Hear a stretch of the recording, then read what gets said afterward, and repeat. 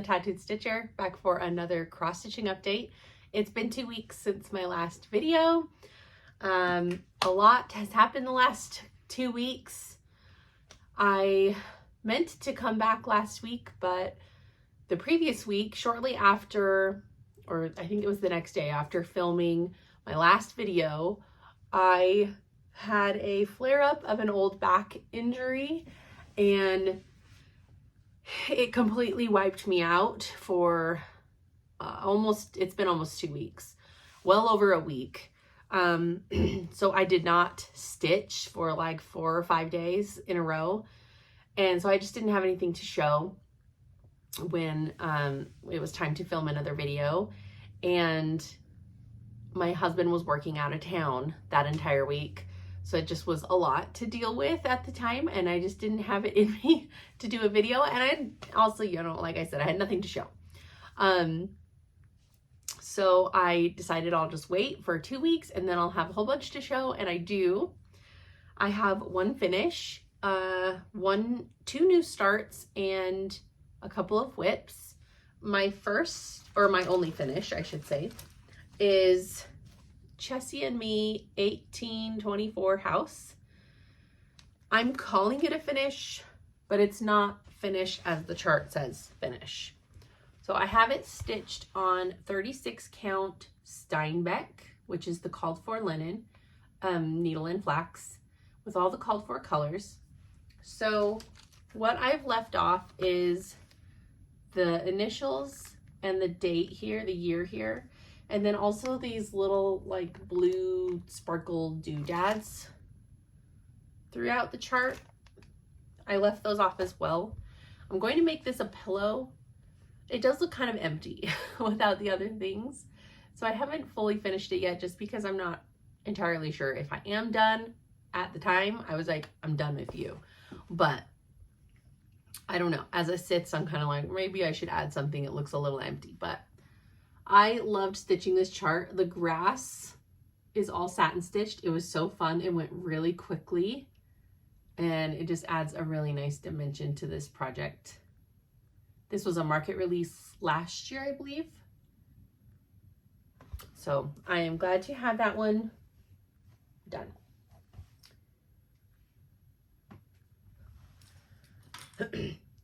And then I did get started on the March portion of Maria Wales Newson, which is the stitch along I'm participating in through the Friends of Hands Across the Sea Facebook group. So the March portion is essentially exactly this, just on this side. And because I know it's so big and it took me a while to do this section, I was like, I better get started on it. It's already the 10th of March. No, it's the 9th, but still, we're over a week into March already. So I just did the border. So I started here. And so I did this, all this border and little doodads in the border, and got it extended down to where it ends, and did this flower. I started this flower. I've just been kind of working border. I did that motif there, and then I started on the leaf here because I had a little extra of that color. But that is where it's sitting right now. I am stitching this as called for on the 46 count lichen from Tabby Cat with the 103 Vera Soie silks. So there is Maria. I just keep her out until I get the little section done. At least there's no over one. Oh, last month's section with the over one was really challenging for me. Oh geez. Okay, another whip that I worked on is Blizzard from Stacy Nash.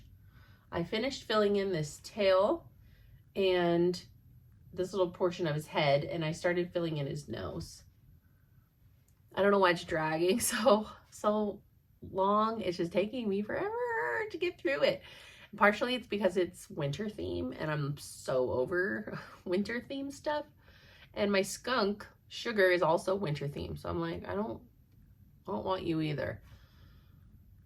But I did manage to do a little bit.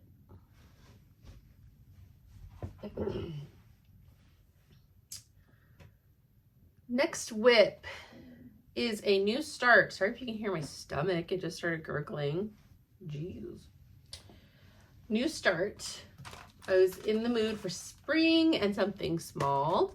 So I started spring delivery from With Thy Needle and Thread. I'm stitching this with all the called for colors on 36 count. I think this is Milk and Honey from Fiber on a Whim. I lost the tag. So there's where I am. This stitched up so quick. This is literally a day and a couple hours. Like a day, like one day of stitching, I did most of what you see here. It's so pretty. The colors are just gorgeous in spring, and it's so cute. I'm trying to outline the bunnies so that I can just fill it in. I loved doing these tulips. So it'll be a beautiful little spring pillow to add to my bowl. I need to get all my spring decor out and decorate, but it requires me climbing up on a ladder and pulling it off a really high shelf, and I don't want to do that. Okay. Oh, geez. Last whip. This is going kind of quick. I'm talking kind of fast.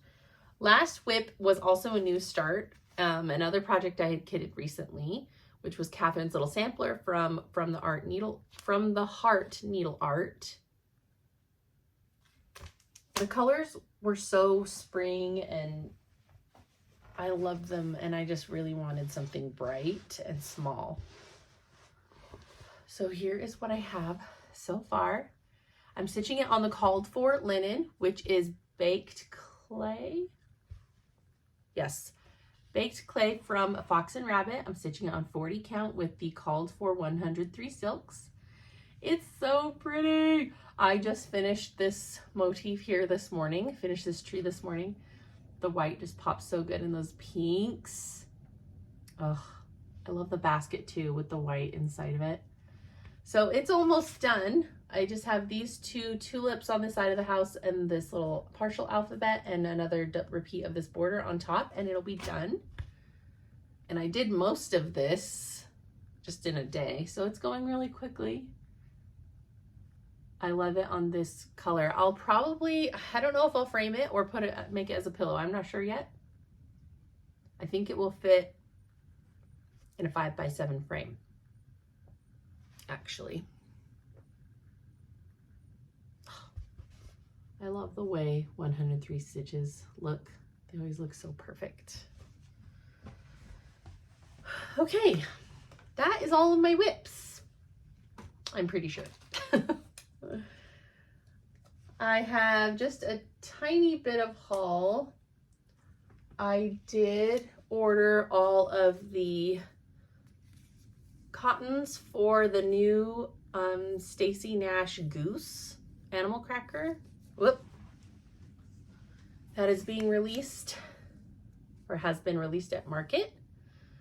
So I'm going to be starting that immediately when it comes, because that was my favorite market release, was the goose. So there's the goose colors. And then I also got the 103 silks for my favorite chart out of the red box this year, which was Molly Stone. So I got the silks for Molly. Two colors are missing from here because they were out of stock, so I had to get them from somewhere else. So I'm waiting for those to come. And then two colors are UK exclusive colors, and I did not feel like ordering them from overseas. So my dear friend Sherry, who is Share Bear Stitches, went to her local needlework store and matched them with a DMC color for me. I can't remember what those numbers are, but when they come, I am happy to share them. It's for number 233 and 706 of this chart. So she sweetly matched those for me with alternate 103s, and those are coming in the mail.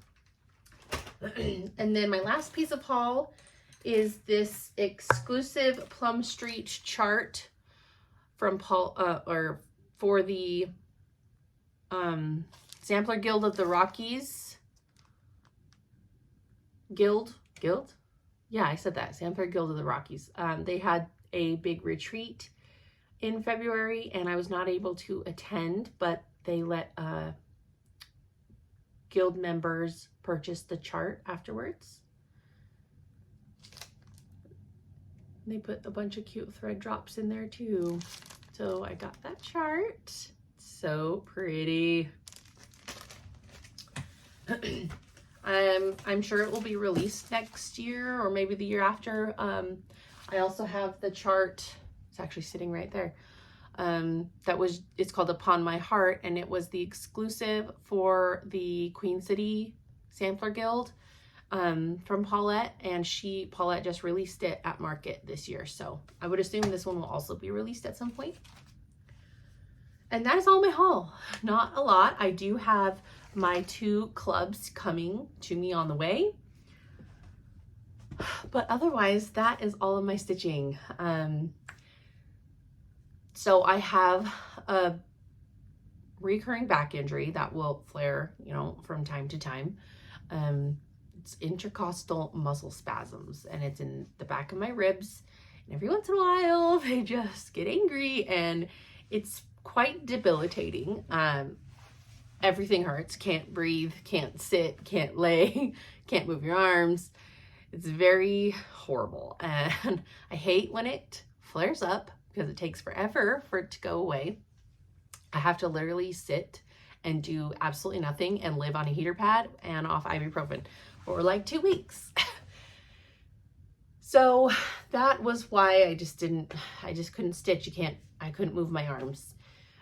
It took all of me just to sit on the couch and to maintain, because life doesn't stop, right? I've got 3 little kids. Life doesn't stop. I had to maintain, a certain level of movement for getting kids to where they need to go and taking care of kids and feeding kids and all that. But it's mostly gone now, thankfully, but my lower back hurts now because overcompensating for the 2 weeks of the other injury. But I'm mostly back to a normal state of function at this point. I should probably see a physical therapist, but I don't have time for doctors.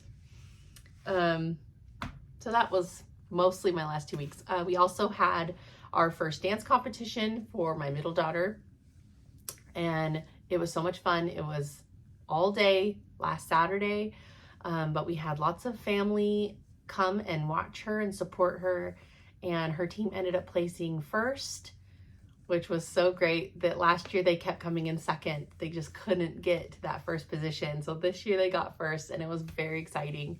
They got first place and Judge's Choice Best Dressed.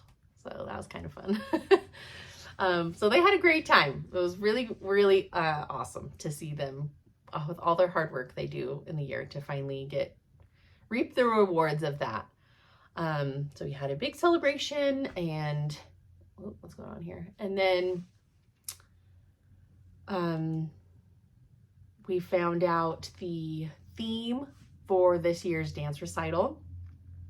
They have a new theme every year. If you've been on my channel long enough, I've mentioned the theme every year. And this year the theme is Dr. Seuss, the Seussical. It's gonna be so cute. It's gonna be so cute. My youngest daughter, this is her first year in dance and performing, and her class is Fox in Socks. And then my older daughter, her class is the Grinch. So it's gonna be so much fun. Brody, my youngest, she was very upset that she did not get to be the Grinch. The Grinch is like her favorite thing in the world. Yeah, I don't know, it's weird. She has a Grinch stuffed animal that she sleeps with every night. She was very upset she didn't get to be the Grinch, but it's gonna be so cute. I cannot wait. And then my son's braces, we're still getting through the process of just getting them on. It's been unbelievable how long it's taken. I am done turning the expander though, which Thankfully, I'm so tired of doing that. I did not enjoy doing that. I had to do it for a week and a half, but we're done with turning the expander. It's fully expanded. He's got so much space between his front teeth right now. He looks like Michael Strahan. I keep calling him Michael Strahan. But we've got the brackets on and the wire on now, so done. And according to the ortho, he's supposed to be able to get all of it off in July, which is great. He'll be able to go into 6th grade with no braces. So braces are still a saga, still in the process of, he's got one more bracket to put on. And then it'll just be like regular monthly tightenings. But man, I'm sick of going to the orthodontist every Friday. But he's not in pain anymore, so that's good at least. We did something else. Last night we went to my mother-in-law's house for her birthday. I made a cherry chip birthday cake, and the other siblings got pizza, and so we celebrated with her and played games. And then my husband left again this morning to be out of town. They're working on a huge project up at a local mine. It's like an open pit mine. They're like redoing all the automated systems for this mine. So it's going to be months of work. And he's probably going to have to go out almost every week. So, and once they're at the mine, because it's over 2 hours away, they have to stay there. So he'll be gone most of the week for the next couple of months. So pray for me. So this is week 2 of, he came home he was home Thursday. So he was home Thursday through Sunday, left again this morning, probably won't come back. It's like one of these things where the things they're working on, once they turn off the systems to put the new ones in, they cannot stop until that system is in and restarted because of how, critical it is. So I think they're staying until this section is done. So it could be he comes home Wednesday, could be he comes home Sunday. I don't know. It's just kind of like a wait and see game, how quickly they can get things done. So that blows, but what do you do? What do you do? We have our last recital. Competition this Saturday. We only do 2 competitions a year. So we have our last one on Saturday, and then the intense practice schedule will be over. It'll just be normal practice schedule to prepare for recital. That'll be nice to get my Saturdays back, my Saturday nights back. So that'll be nice to be done with all that, but we have enjoyed competition season. It's a lot of work, but it is a lot of fun as well. So we've got that, and then we've got a lot of performances for kids coming up in the next couple of months. My son is in a school program. It's called Hope of America, and they are doing a big performance, one at the school and then one at the local college with all of the area 5th graders. And he's so funny. He's convinced that if he doesn't pass Hope of America, that he's not going to be able to leave 5th grade. And I'm like, there's no grade, it's singing. He's so stressed about it. I've told him so many times, it's just singing. So we have to go to a couple performances for him. And then my middle daughter has a piano recital next month. Her first one. She has chosen the song Popular from Wicked. So that will be her recital performance song. And then we have dance recital for both girls in May. So it's going to be, and we have the science fair project is due next week, which we haven't even started. Oh, spring is so great and so busy and stressful all at the same time. We'll get there. We'll survive it. Oh, I forgot to show a whip. Oh my gosh. I missed a whip. This chart is over there on the shelf. Look at that. Sorry, everyone. Look, bonus, extra whip I worked on. I worked on my red sampler. I finished the border completely and there are 0 mistakes. It met up perfectly. I started this on Christmas Eve. I'm using 46 count morning coffee from X Jude and number 664 in 103 silk. Whoops. There you go. Bonus whip in the midst of life.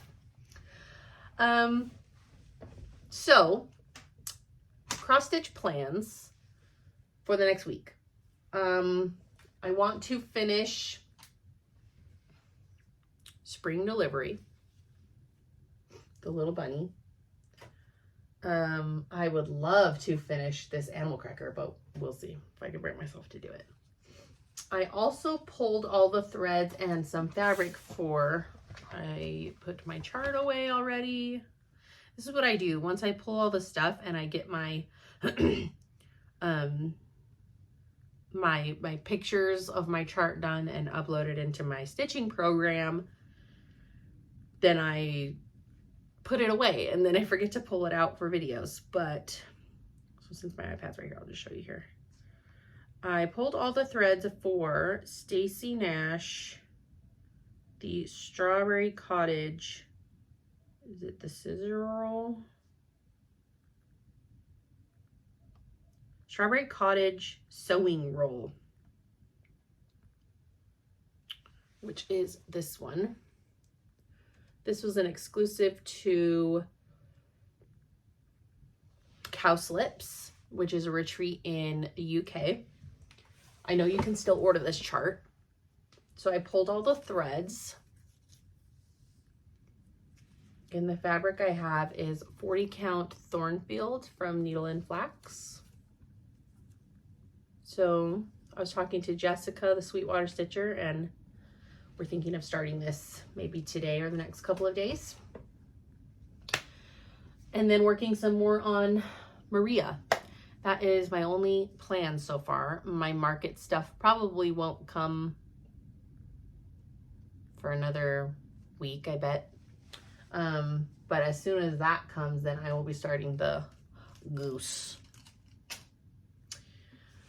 Okay, so since I was laid up for like 5 or 6 days without any stitching to keep me company, I watched a lot of shows because that's all you can do when all you can do is sit. So I have quite a bit of shows to mention. I'm not going to mention all because there was a lot and some were not worth the mention. So I binged The Pit season 2 on HBO. I was trying to wait until all the episodes were out, but I just couldn't. So I am totally caught up with the latest episodes. I think new episodes are every Thursday. And we're on episode 9, I want to say. It is so good. It is so good. I love the layout of this show. It's a 12-hour shift in an ER in the ER of a major hospital. It's got Noah Wiley, who is from ER. He was a baby in ER.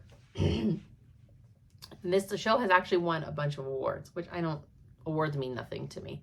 But it is really, really good. So every episode is an hour of this shift, this 12-hour shift. And I just think that's so creative and cool for the layout of a show.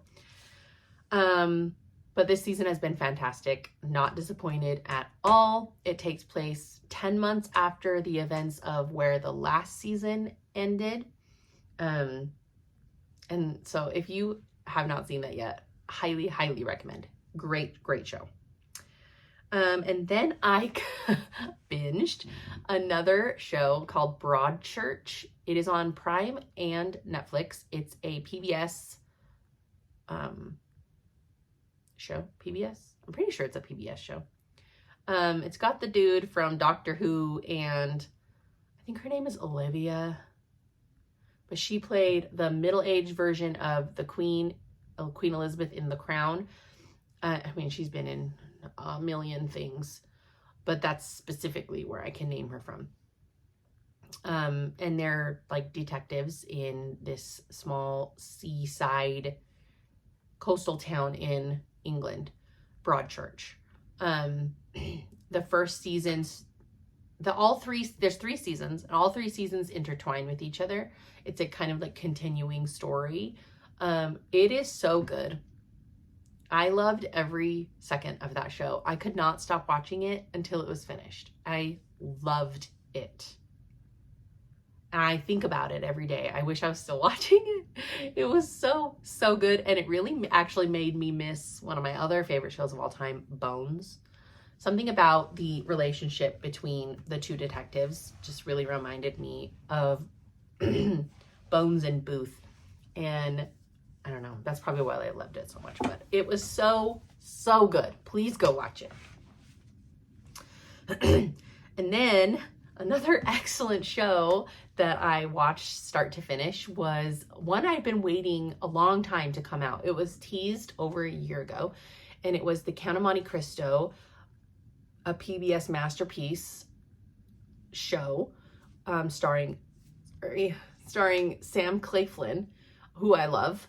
And I love The Count of Monte Cristo. The movie with Jim Caviezel is one of my favorite movies of all time. Funny story about Jim Caviezel, actually. My dad is a funeral director and a mortician, and he owns a funeral home in Seattle, Washington. And he actually was hired to do Jim Caviezel's dad's funeral, because he was being buried like right on the border of Washington and Oregon, where my dad's funeral will do services for. So he was hired to do Jim Caviezel's dad's funeral, and he said that Jim Caviezel was very nice, but very annoying. He said he spent the entire day following my dad around, like right on his heels the entire day of the funeral, just a battering ram of nonstop questions, like a toddler, like my 4-year-old, like nonstop questions about my dad's work, how he got into it, the schooling, like everything to do with being a funeral director and a mortician, Jim had a question about. And he said it was just relentless question after question after question. And finally he was like, Jim, I'm kind of doing something here for your dad. Can we talk about all this later? So I always think about that when I think of Jim Caviezel now.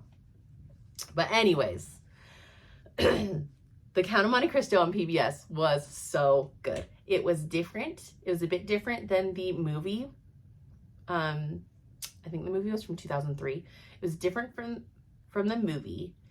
And I don't know how it relates to the book, because I haven't actually read the book. So I don't know how the book, if the show was more true to the book or if the movie was more true to the book. I'm not sure. All I know is the show was excellent. I thought Sam Claflin did a fantastic job of being Edmond Dantes. All of the actors did a really, really good job. The costumes were great. The layout of the shows was great. It was, each episode was an hour. It was fantastic. So I watched that, and then we started a new show on Prime called Young Sherlock. It's starring, I can't remember his name, but he was in the Wheel of Time series on Prime. And also the guy playing Sherlock is, I don't know how to say his last name.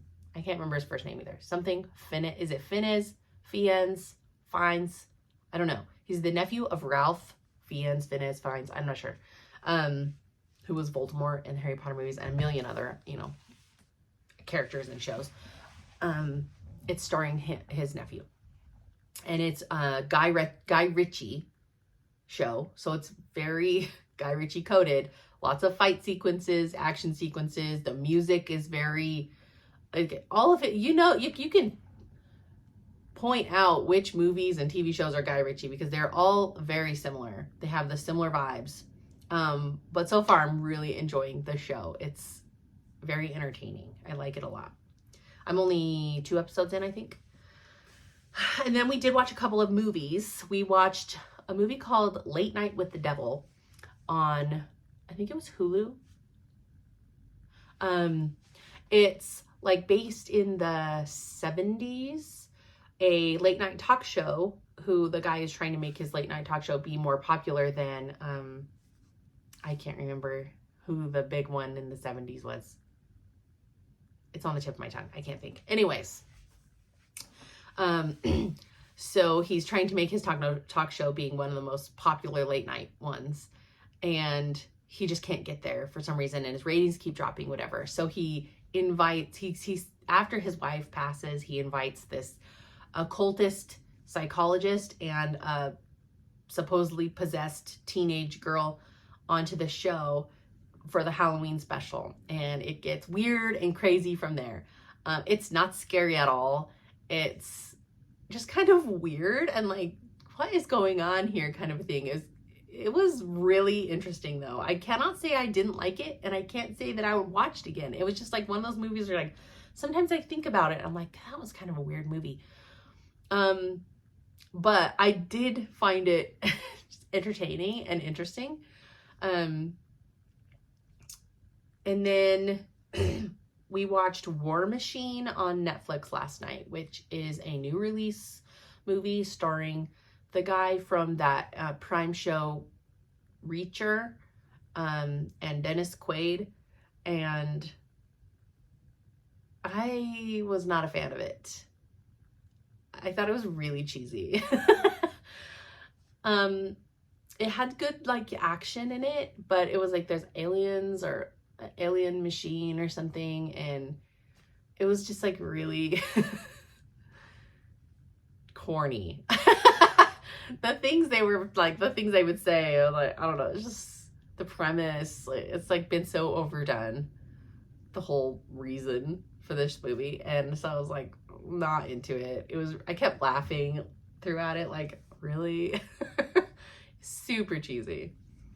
So if you like shows like The Battleship or any of those like The Rock movies, like San Andreas Fault or something, then you would probably like it. But there is a new movie that was released on Netflix yesterday called Nuremberg. I really, really want to watch that one. It's about the Nuremberg trials after World War II, when the higher up German officers were on trial for their crimes against humanity. Rami Malek is in it, and so is Russell Crowe. And it looks really, really good. I don't know if I'll be able to watch it without my husband here, though. He might get upset and wants to watch it with me. So I have to find something else to watch this week. I blew through all of my shows. I quit watching The Summer I Turned Pretty because it's terrible. So I'm not watching that anymore. And I do actually have one new season of All Creatures Great and Small that I could watch. And I thought I started something else the other day. Oh, I started the Being Gordon Ramsay docuseries on Netflix. It's pretty funny. I love Gordon Ramsay. We've watched, Hell's Kitchen and Gordon Ramsay Kitchen Nightmares and like all those his shows. We've watched all of those. I just find him an interesting person. But that's all the shows I wanted to mention. I know there was a lot, but like I said, when you are stuck on the couch with nothing to do but watch TV, you watch a lot of TV. So a bunch of really good shows you should definitely check out. And that, yeah, I said my plans and everything. I did pick up my frame that is finished. This is the frame I got for Anne Morrison. Isn't it gorgeous? So I just need to get her framed, and I'll be able to show you what it looks like all put together next time. Otherwise, thank you for stopping by and listening to me ramble.